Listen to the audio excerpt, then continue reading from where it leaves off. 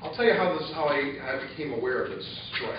After I became elected to the executive board in 1979, one of the chief stewards, Pasquale Leone, was the chief steward of Building 2. People call him Pat or Patsy Leone. He approached me and said, "Hey, I know this old guy that says he was involved in a strike here back in 1918. This guy's name is Dan Carbone." I had never heard of this strike. I was like, really? There was a strike in 1918? I mean, this is 20 years before you eat, right? So he gives me the guy's phone number, and I go and visit him. Dan Carbone was, at the time, I think 78 years old. He was a retired tool and die maker. He had worked at GE at the time of the strike. He did an apprentice in 1918. And he didn't know a lot about the strike, but he participated in it because it was kind of obligatory for him. He said, quote, "I really had no business out, but I was involved in the labor movement already, you know." The reason he was involved in the labor movement already, you know, because his dad had been a socialist immigrant from Italy, and this is how he was raised. He was a socialist and he was a labor guy. So Dan Carbone, he says, "I was going to socialist lectures down there at 16th and Peach at the time." You know, he's a teenager, basically. He's already involved in the socialist and labor movement. He said he was arrested one night in 1917 by the Erie police as they were moved to prohibit a speech in Erie by Big Bill Haywood. And he says, "We had leaflets we were passing out, and geez, a couple of cops picked us up. And the speech by Haywood never happened. You know, the authorities in Erie basically said, they're not going to be a speech in Erie by Big Bill Haywood. The hell with that, you know, so he got arrested for that." Dan Carbone, I don't know much about his biography. I know he told me that after the strike he ended up, which was very common in the 1920s, he moved around. He was a skilled, you know, he'd become trained as a skilled worker. He moved to Detroit. He worked in a variety of different machine shops in Detroit. Later he moved back to Erie and shows up again in the labor movement as a leader of a mine, mill, and smelter workers local. Mine, mill, and smelter workers was the renamed Western Federation of Miners. But by that time they represented a wider variety of metal workers, and a shop, I think out in Girard, that was in the mine, mill, and smelter workers, and he was a representative on the Erie CIO Labor Council in the 50s. So interesting guy. I wish I knew more about him. I was glad I got to meet him and learn about the strike, you know, from him, and then more about it later through researching it. So here's what happened. In November 25th, 1918, the machinist union in this plant, the representative machinists in this plant, had a conference here in Erie with machinist representatives from 6 GE plants. And the purpose of the meeting was to form a federation. And as they stated at the time, so that as soon as a dispute arises, all plants become involved immediately, and the trouble is settled by all machinists and not by one plant. They called this organization that they were trying to start, the, let me find the name here, Electrical Manufacturing Industry Labor Federation. These were machinist members, but they were trying to start an industrial union. They were trying to start something bigger than just machinists, and they were trying to form an organization, at least starting with all GE plants. So this really was kind of a precursor of UE. These people were trying to go beyond craft unionism. The program, they adopted a 4-point program at this meeting. This is a month before the strike happens, or several weeks before the strike happens. So this is not their demands to the company. This is kind of their principles and their goals as an organization. And it's a pretty interesting list of 4 things. Immediate establishment of a basic 44-hour work week. The work week, Dan Carbone told me, at this plant was 55 hours.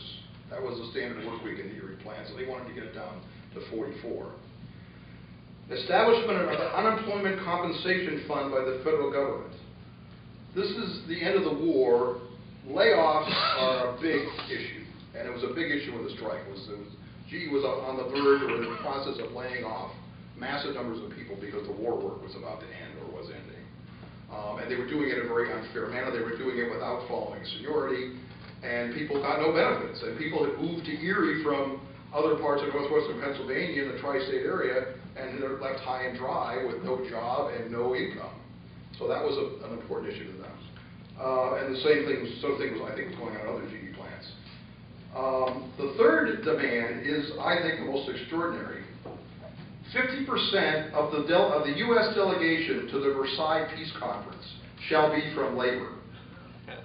So they were demanding that working people have at least equal say in determining the foreign policy of the United States and the shape of the world in the wake of World War I. I mean, this is a pretty bold statement, and it tells you that these people were very political and were obviously looking beyond the confines of this plant and the working conditions of this plant, and looking at how do we have some justice? We've got to have a just world. We have to have a say in how we restructure international relations in the wake of this horrible, mass carnage of World War I. And the final demand was release of all political prisoners, which also is obviously related to the war because, there were huge numbers of people, trade unionists, Debs, a lot of wobblies arrested during the war for opposing the war.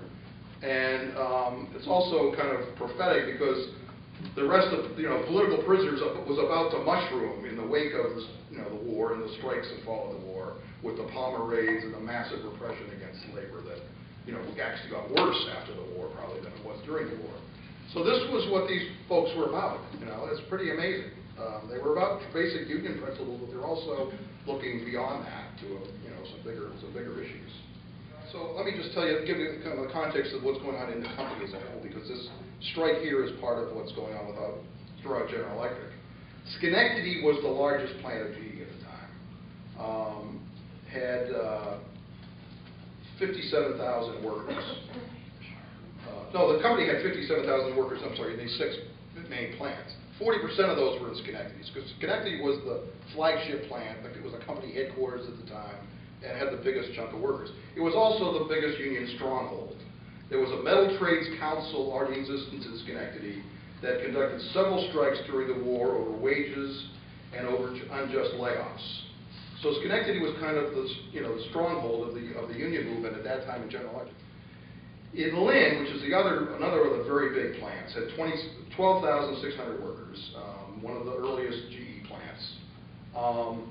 There was a big union drive during the war.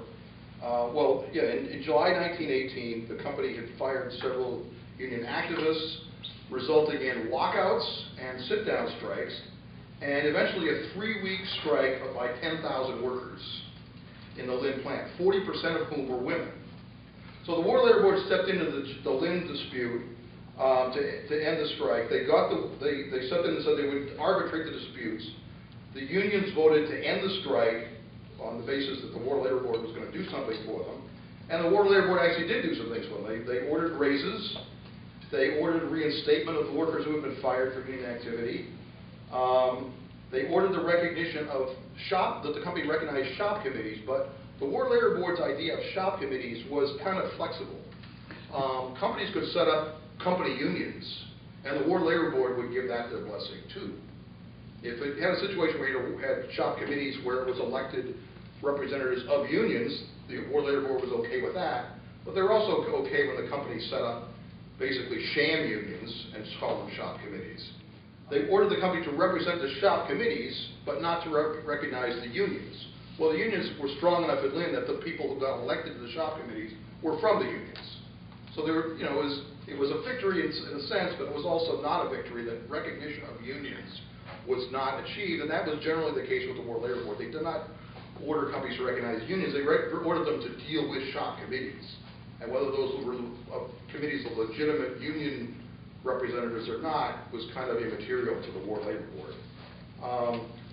But the other condition of this settlement in Lynn, which is in July 1918, a few months before the strike here, was that you won't go on strike again. So when the Erie strike breaks out and it spreads to other plants, the other major GE plants, the one plant it doesn't spread to is Lynn, because the Lynn unionists have been told, all these gains you just made a few months ago, you're going to lose them all if you go out in solidarity with Erie. So they didn't. On December 10th, the leaders of the Machinists Union in the plant and the IBEW. William Purdom of the IM and A.H. Woolridge of the IBEW meet with the plant manager, Matthew Griswold, to press their demands for over this layoff, mainly over this layoff issue and other injustices. 10 workers have been discharged, I think, through the layoffs in the course of this big layoff that was going on, which, like I said earlier, did not follow seniority. The meeting accomplished nothing. Griswold had no intention of, meeting the union's demands in any sense whatsoever. So that same day, by 10 o'clock that morning, 1,000 workers walked out of the Erie GE plant. By the 12th, there were 2,300 people out. So the strike more than doubled within a day and a half. On December 19th in Schenectady, 23,000 people went out in solidarity with Erie, but also obviously their own demands as well. 3,500 in Pittsfield, 4,000 to 5,000 in Fort Wayne. And as I said, Lynn was the only one of the major plants that didn't go out because they were, kind of like prevented that by the settlement they had gotten earlier. On December 20th, 3,000 salary workers in Schenectady also went out, which is kind of surprising. So the War Labor Board stepped in, and in the case of the Pittsfield workers, they refused to consider their grievances while they remained on strike. That's what they told them. On December 27th, the blacksmiths in the Erie plant, I don't know who exactly the blacksmiths were, what they were doing in the plant. It might have been foundry workers, because we had a foundry until the 1980s here in this plant. But anyway, the blacksmiths applied for a charter from the AFL Blacksmiths Union and joined the strike. The dispatch wrote that the strikers hold dances every afternoon at Gables Hall and are planning a minstrel show at the Manacor. There were mass meetings every night at the Central Labor Union at 17th and State. And they had other activities. They had parades. They had a musicale, they called it, at one of the local parks. So there was all sorts of activities going on pretty much every day involving the strikers and their families. So this was a pretty lively strike, which lasted roughly 4 weeks. But the company, the strike was kind of, up against the fact that the company wouldn't even negotiate with them. And this was rather frustrating and eventually led to the end of the strike. On December 30th, the IBEW sent a telegram to Secretary of War Newton D. Baker protesting the fact that scabs are entering the plant wearing Army uniforms. On December 31st, William Purdom and C.F. Turnbull went to Washington for an emergency meeting with union leaders and War Labor Board officials. The Erie Dispatch reported the same day that the company is claiming in Lynn that only 20% of the workers at Erie are on strike. The unions say 80% of the workers in Erie are on strike. I think I probably believe the union. And the dispatch also said that nationwide, 20,000 GE workers are now on strike in this strike that began here at Erie. But the company still is refusing to budge, and the company, the War Labor Board is investigating it, looking into the strike, but General Electric takes a position that the war is over. The strike began a month after the armistice, so the war has already ended. GE takes a position, the War Labor Board has no further authority because the war is over. So before the Wilson administration or Congress abolished the War Labor Board, General Electric abolished the labor board. It just says, we don't recognize it, you have no authority. Whatever you say, we're not going to do. So on January 3rd, the strikers agreed to return to work if the War Labor Board will settle their grievances. But the company still refused to recognize the authority of the board. On January 4th, Griswold, the plant manager, announces, due to a shrinkage of business, there will only be a reduced number of positions open at the plant. Workers will be notified by mail when they're needed. So before the strike ends, but it's looking like the strike's probably going to end, they're letting the union know, they're kind of like sticking the knife in and twisting it. We're not sure if you're going to have jobs. We'll let you know. We'll give you a call. We'll give you a call. Send you a letter. Purdom responded, quote, "There's no sense in this talk of lack of work. Only recently the company issued a statement that there was ample work for 8,000 returning servicemen." At this point, the workers are not getting strike benefits from the IAM or from the IBW or probably from the blacksmiths unions either. So this was part of the reason these workers were interested in forming some kind of new labor organization, because they were not really getting support from the internationals they were affiliated with. The IBW was already a vocal supporter of the no strike pledge that Gompers was promoting, even though other unions were opposed to that. So, they were not getting the support from their internationals that they should have been receiving. So many strikers had no fuel and very little food. The unions were distributing relief daily at the Machinist Hall at 11 West 8th Street. On January 5th, A.H. Woodridge from the IBW said, "The War Labor Board has ordered us back, and we intend to obey legally constituted authority to go back. We at least will not be the ones to violate their orders." So the War Labor Board says go back to work. The unions at this point see no strategy for winning, and they agree to go back on the hope that the War Labor Board is going to do something for them. On January 6th, armed with 300 to 400 affidavits of alleged discrimination against union members, Purdom, A.H. Woolridge, and A.C. Kennedy go to New York for War Labor Board hearings. Hundreds of strikers report for work but are turned away. 50 to 100 are called back by mail. Same thing in Schenectady. By January 10th, 400 strikers are now back at work. It's believed half will soon be back. This is what the dispatch is reporting at the time. January 17th, the War Labor Board says it will now send examiners to Erie and to other GE plants. But the War Labor Board never did, unlike the earlier, dispute Lee and I talked about, when they actually came in and, crafted a settlement. They never did anything here. They apparently accepted the idea that they had no further authority, plus the strike's over, and their main concern seemed to be ending strikes. And so people went back with nothing. In February 1919, there was another meeting of the Electrical Manufacturing Industry Labor Federation in Schenectady, in which people expressed their anger at the craft unions for not supporting the strike. So this movement did come to a unsuccessful conclusion, but it did lay the groundwork for what became UE. And it's hard to believe that it's not that long of a period of time that wasn't some memory that was part of what led to the organization of UE. And the insistence from the get-go that we're not going to go into a craft union, we're going to organize an industrial union. And the people who started the local here were not unskilled workers. Jim Kennedy was a bricklayer, who was the key leader. So there were skilled workers who, from the get-go, no, I'm not interested in forming a local or a craft union here in this plant. We're interested in organizing everybody in this plant into one union. To put this in context, 1919, and this strike is over the change of the year, 1918 to 1919. 1919 is one of the biggest years of strikes in American history.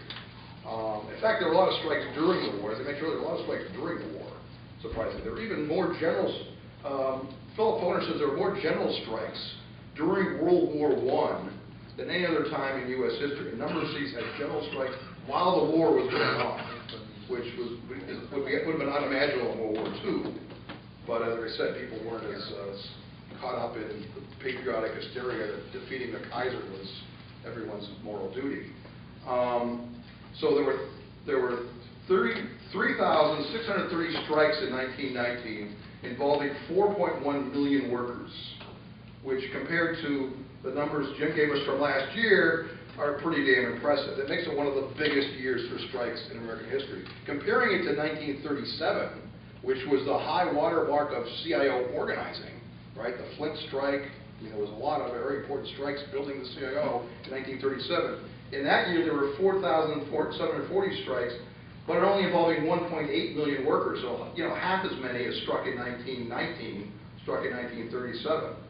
The biggest year, and this is kind of interesting, there's something about world wars that bring people out on strike, particularly when the war ends and people have lost their shirt financially during the war and want to make up for it.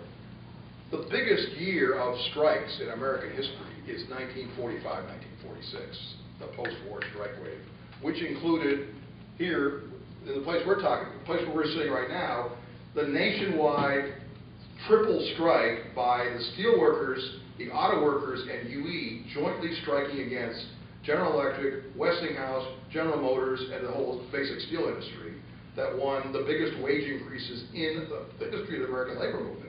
18.5 cents, which was a lot of money, you know, in 1946 dollars, and resulted, just as this wave of strikes in 1919 was followed by the Red Scare, the Palmer Raids, massive repression against the labor movement. The 46 strike wave was met by, I'll quote a line that Jim used very well in his book, the CEO of General Electric, Charles E. Wilson, who said a few months after the 1946 strikes were settled, for the GE and Westinghouse and GM strikes and steel strike, the problems of the United States can be summed up in two words: Russia abroad, labor at home. And in UE, we consider that to be the declaration of the Cold War on labor, of which we were the main victims. But what comes a few months after that declaration by Wilson is the Republicans winning the 1946 election, primarily on red baiting the CIO, saying that the CIO is a communist threat to this country. And they won the election, and then they proceed to pass Big Business's bill, the Taft-Hartley Act.